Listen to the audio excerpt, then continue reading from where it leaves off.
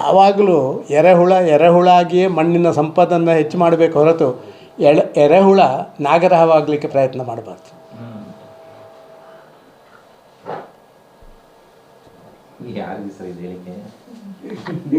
ಮಾಧ್ಯಮದವರಾದರೆ ಏನಾದ್ರು ಮಾಡ್ತಾರೋ ನೋಡೋಣ ಅಂತ.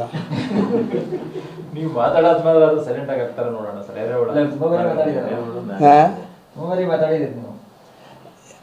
ನಮ್ಮಿಂದ ಸಾಧ್ಯವೇ ಇಲ್ಲ. ನಾವು ಅದು ನಮ್ಮನ್ನು ಯಾರು ಕೇರ್ ಮಾಡೋರಿಲ್ಲ ಅಂತ ನಾವು ಓಪನ್ ಆಗಿ ಹೇಳಿಬಿಟ್ಟಿದ್ದೀವಿ ನಿಮಗೆ.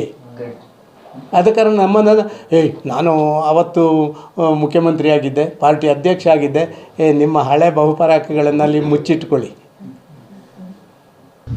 ನಾಗರಹಾವ ಎರೆಹುಳ ಎತ್ತ ಸಂಬಂಧವಯ್ಯ ಸದಾನಂದ.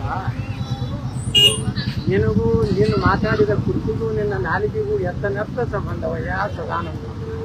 ಇದು ಹೊಸ ಕುದುರ ಸಂಗಮವನ್ನು ವಾಣಿ ಅಂದು ಬಸವವಾಣಿ ಸರ್. ಈಗ ಹೈಕಮಾಂಡ್ 7ನೇ ತಾರೀಕು ಕೋರ್ ಕಮಿಟಿ ಮಾಡ್ತಾರೆ, ಅಲ್ಲಿ ಹೊಂದಾಣಿಕೆ ಮಾಡ್ತಾರೆ ಹೇಗೆ ನೋಡ್ರಿ.